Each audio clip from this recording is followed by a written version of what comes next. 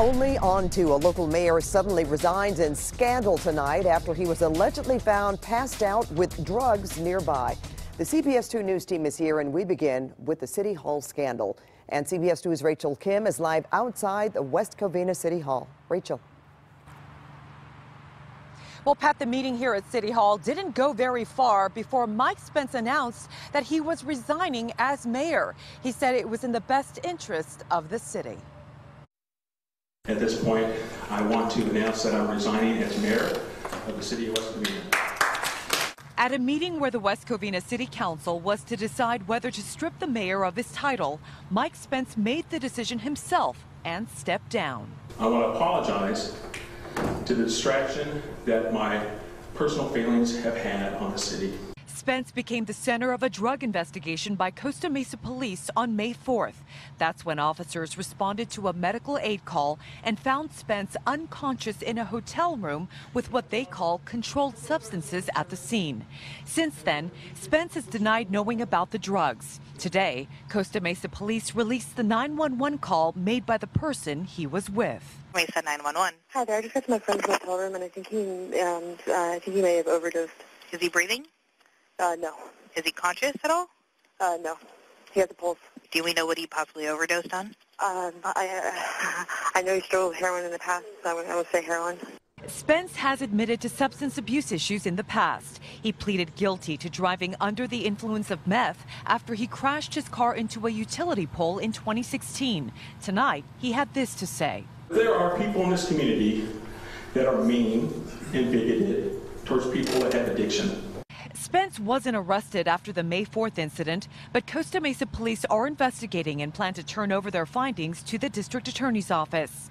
Tonight, although Spence resigned as mayor effective June 1st, he said he is not resigning from the city council until his term is up in November. Spence didn't talk about the incident from May 4th here at the meeting tonight. Most of the West Covina residents we spoke with said he made the right decision in resigning as mayor. Pat, back to you in the studio. All right, thanks for that, Rachel. A neighborhood shocked by a bloody beating all over a parking spot. And the victim is a former WWF wrestler. CBS 2's Chris Holmstrom is live in Mar Vista where he was attacked. Chris? Yeah, Pat, this is the parking spot in question. It's also where that 60-year-old man was brutally attacked. Now, I want to warn you, some of the images we're about to show you are disturbing. Weighing 265 pounds, Tom McGee. YouTube video showing Tom McGee in 1988. Neighbors say he was a professional wrestler for the WWF, a true Goliath in the ring, later becoming a neighborhood watchdog. Tom came out and encountered the young men, and it proceeded to a fight. This is the aftermath. He suffered a broken jaw, broken eye socket, and concussion. It was sort of a conflict over who's allowed to park in this spot. This neighbor was a witness to the attack. She didn't want to show her face on camera, but describes the horrendous scene. Literally kicking him and punching him in the face and in the head. She says 6 men were involved, and when neighbors started to come outside, they took off. It was attempted murder. If we wouldn't have come out here, I don't know if he would be alive. I reached out to LAPD, and they tell me robbery detectives are investigating. And just this afternoon, 2 men were taken into custody. They are 20-year-old Justin Lee and 20-year-old DeGreat Bryant, both booked on assault with a deadly weapon. A sense of relief for neighbors, not only for their own safety, but to show their watchdog they too have his back.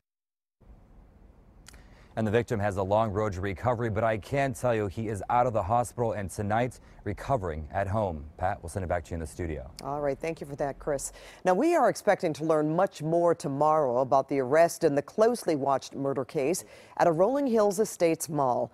Susan Leeds was found stabbed to death in her car at the promenade on the peninsula 2 weeks ago. The LA County Sheriff's Department will give details tomorrow morning in a news conference.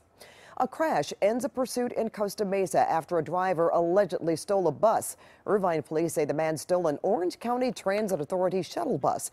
The pursuit lasted about 30 minutes before the driver crashed into a guardrail on the 55 freeway near the Fairview Road exit. No one else was on board, and that driver is under arrest. And an arrest is revealing new information about the Aliso Viejo explosion. The victim's ex-boyfriend has been arrested, not for her murder, but for allegedly owning bombs and explosives. CBS2's Stacey Butler is live in Santa Ana, where he's being held. Stacey. Pat, as Beal remains here in federal custody in the Santa Ana jail, new and bizarre details are now emerging about his past. His past record indicates that he uses violence to rectify situations that he considers injustice. Audition tapes of Ildiko Kraniak's ex-boyfriend, part-time actor and rocket enthusiast, are now surfacing online. Neighbors describe them as haunting now that he's behind bars for possessing an unregistered destructive device. The FBI says 59-year-old Stephen Beal has not yet been charged with the fatal explosion that left his ex-girlfriend dead and 3 others wounded in an Aliso Viejo day spa. They're still trying to figure out who targeted the 48-year-old esthetician. Neighbors say the two dated for over a year. State records show they were both business partners in her spa. They apparently split last month over money problems and arguments over dating other people. Pictures of the former couple traveling the world are posted on Beal's Facebook page. Documents show agents seized 2 completed improvised explosive devices and 3 firearms, a 7-foot-tall rocket, and 130 pounds of explosives from Beal's home. In the criminal complaint, witnesses in the day spa say when Kraniak opened a cardboard box on her counter Wednesday, it exploded. In a bizarre twist, this isn't the first woman in Beal's life who ended up dead. 10 years ago, his wife Christine died moving furniture. According to a life insurance suit Beal filed, she fell down a flight of stairs and a table landed on her abdomen. 3 weeks later, she died. The cause of death? The coroner said it was impossible to reach a definitive conclusion. She was also found with chronic lead intoxication. It's unknown how toxic levels got in her system. And so for this investigation, federal investigators still trying to find a motive, and they're still trying to figure out exactly how that explosive device got to the counter of that day spa. Pat? All right, thank you, Stacey. Now, there were hugs, tears, and prayers tonight for the Riverside County family whose 2 young brothers were killed by an alleged street racer. Hundreds came to honor 6-year-old Dominic and 8-year-old Antonio, who died in Tuesday's head-on crash in Meade Valley. The boy's big brother was driving them home from school. He spoke at tonight's vigil. This is exactly what my brothers deserve, but at the same time, it's not what should have happened. Please be aware that these are the consequences of people who are irresponsible, thinking that they are more than the law. The driver who hit the family's car was arrested on suspicion of murder. Authorities are still looking for a second car that witnesses say he was racing before the crash. Bell Gardens Assemblywoman Cristina Garcia has been cleared of allegations that she groped a man who worked for another lawmaker. But the investigation did find Garcia used vulgar language. Garcia took leave in February, and she says she looks forward to returning to work on Monday. She will have to attend sensitivity training. California Governor Jerry Brown's office is responding to a plea tonight to determine once and for all if an innocent man is on California's death row. Kevin Cooper was convicted in the brutal killing of 4 people in Chino Hills in 1983, most of the victims from the same family. Authorities said a blood drop and a bloody shoe print belonged to Cooper. Tests on newly uncovered evidence in 2001 failed to clear Cooper. A New York Times columnist today called for new DNA testing. This case is absolutely at the top of the list in terms of the most corrupt, botched, wrongfully handled cases that I've ever seen or dealt with or been involved in the investigation of. The governor's office in a statement tonight said, quote, "We received a clemency petition from Mr. Cooper and I can confirm it remains under review. A request for clemency is a serious matter and applications are thoroughly and diligently reviewed." Elon Musk went into more detail tonight about his vision to change traffic in LA with a network of underground tunnels. He says hundreds of tunnels and small stations wouldn't take up much space and would solve the gridlock problem. We're not suggesting this to the exclusion of other approaches, but it's the one that we think could work and is worth trying. Musk hopes to get people moving over 300 miles per hour.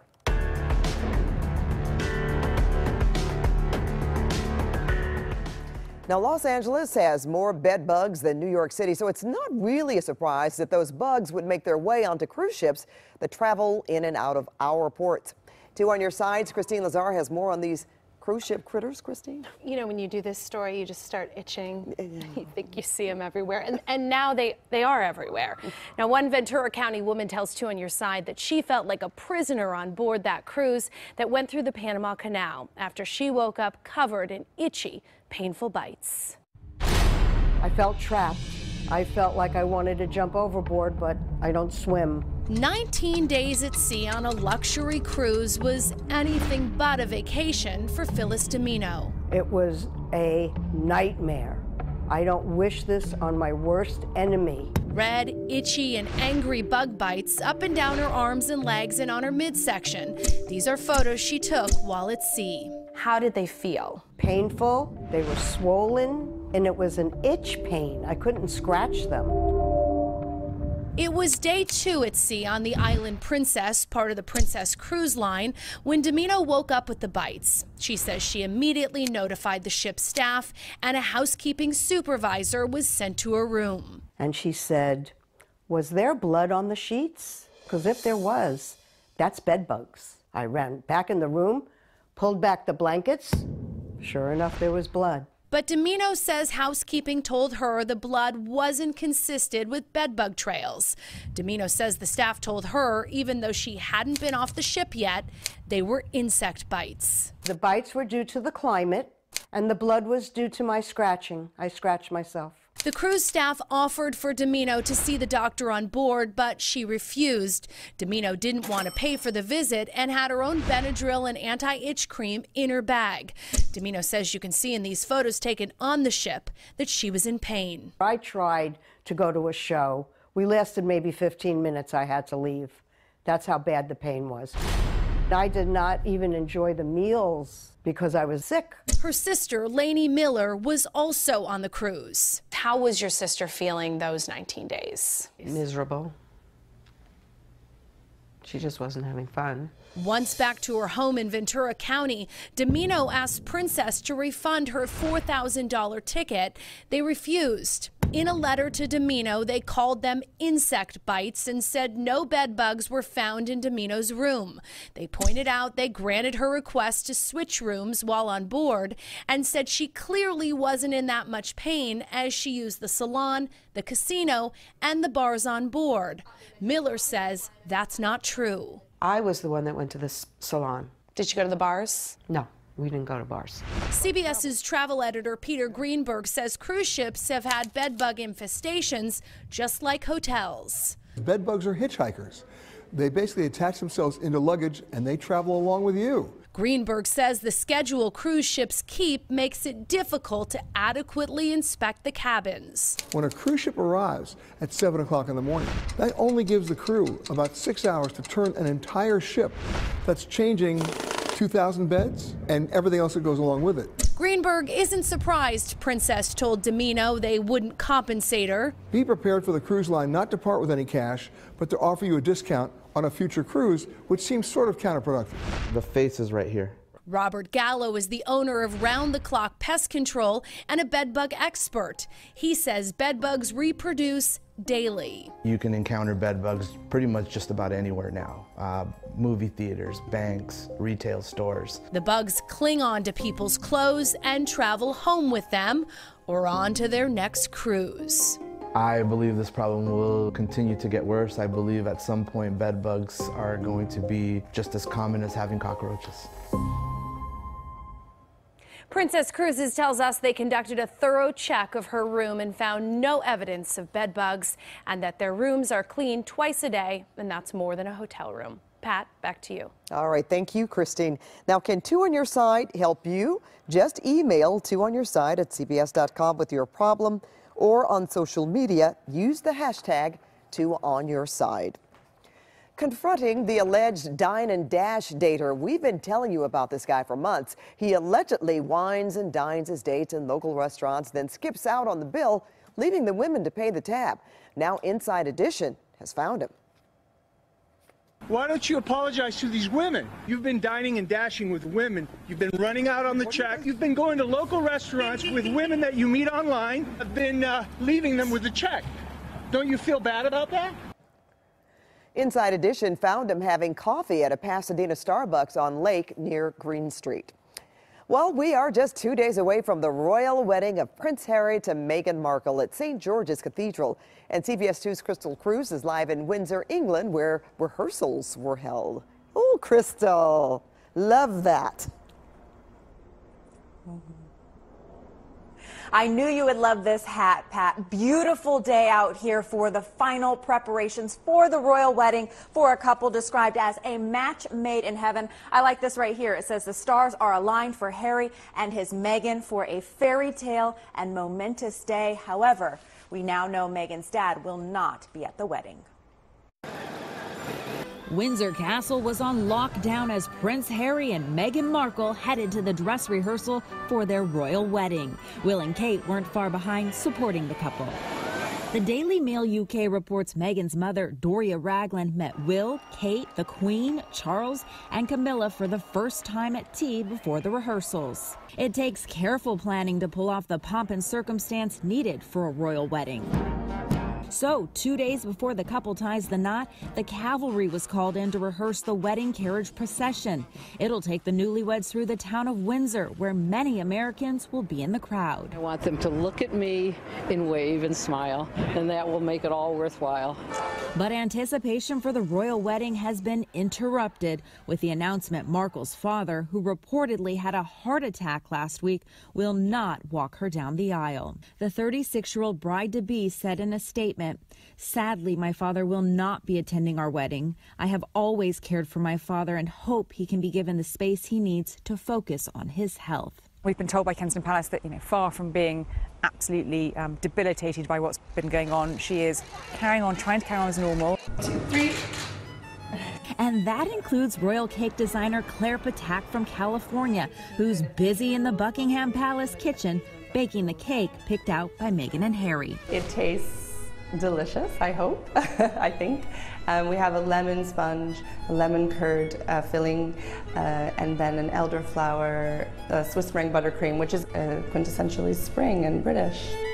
And the famous Fudge Kitchen here in Windsor sells this white fudge with some of the same ingredients as the wedding cake. And it says right here on the back, it says the devil's in the difference. And let me tell you, this thing is delicious, dangerously delicious. I think that's why they say the devil's in the difference. I'll send it back to you, Pat. Oh, well, hey, before we let you go, Crystal, are there any clues about the gown yet?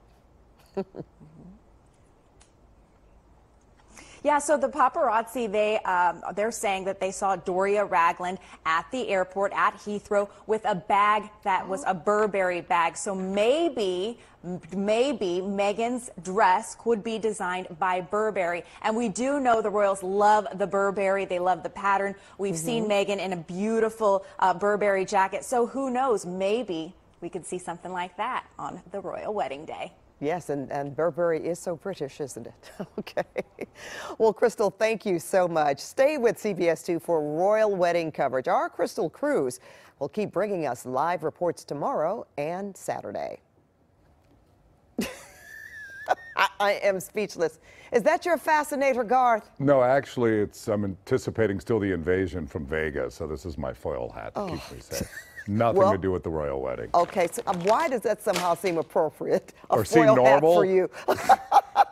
All right. That was a beautiful hat you had on. Boy, it all looks kind of fun, doesn't it? All right, everybody. It's nice that it's got a SoCal connection, too. I love that. All right, here we are out towards the beach. Just beautiful out there right now. What a night shaping up in Southern California. A few souls out on Santa Monica Pier, 62 degrees. Winds are calm, so we're finding ourselves pretty much where we were last night. Hope you had a great day, everybody. 74 was the daytime high. Right on the money. Overnight lows were on the money as well. Onshore winds continue. Nothing really strong. They're around. You can see them up up towards the high deserts. That's all that southwest flow wrapping around the low pressure area. We should see a little more marine layer tomorrow morning. I really think that. I know I've been talking about this for a couple of days. It's been iffy, but we have a stronger inversion, and I think we could see about a 2,000-foot thick marine layer. Probably clear after about 9 to 10 o'clock tomorrow everywhere. Then we'll thicken it up a little more on Saturday. That'll give us a chance of drizzle. But then Sunday promising to be super nice, between 75 to 85 from the coastal plain all the way in. So for tomorrow, another quiet day continues.